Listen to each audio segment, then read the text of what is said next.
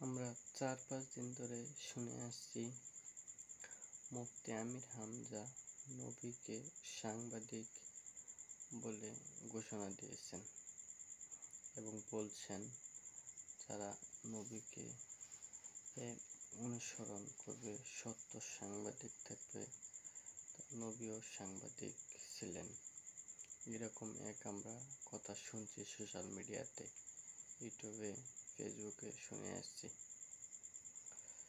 আচ্ছা, সেটা একটি প্রতিবাদ করেছেন পীর এনায়েতুল আব্বাসী পীর, সে একটি পীর। সে সেটা নিয়ে তোলপাড় করেছেন, বিশ্লেষণ করেছেন, তাকে খারাপ মন্তব্য করেছেন, গালিও দিয়েছেন।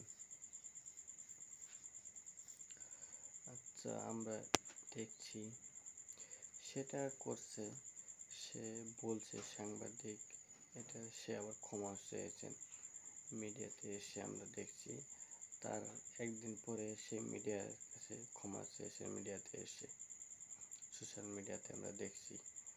তা নিয়ে মানুষ নানান মন্তব্য করে যাচ্ছে একের পর এক। আসলে ভুল মানুষের হতেই পারে, দোষ হতে পারে, তাকে দোষটা ধরে দিতে হবে অবশ্যই। তাকে নিয়ে আমরা নানান মন্তব্য করব, বিশ্লেষণ করব, এটা ঠিক না। ভুল হবে স্বাভাবিক। এত একটা বড় বক্তা আলিমুদ্দিন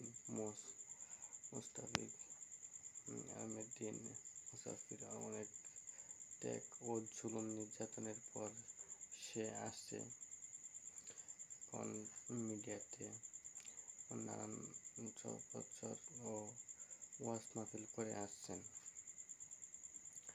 তাকে ৩ বছর অনেক টর্চার, জুলুম, নির্যাতন করেছেন আওয়ামী লীগ সরকার থাকাকালীন।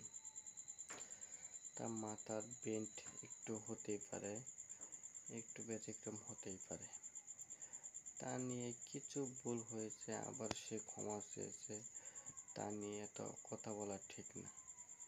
আমরা তার ভুলকে আমরা শুধরে দেব, তার ভুলকে আমরা ধরবো, এটাই আমাদের কথা। তাকে নিয়ে আমরা নানান মন্তব্য করব, এটা ঠিক না।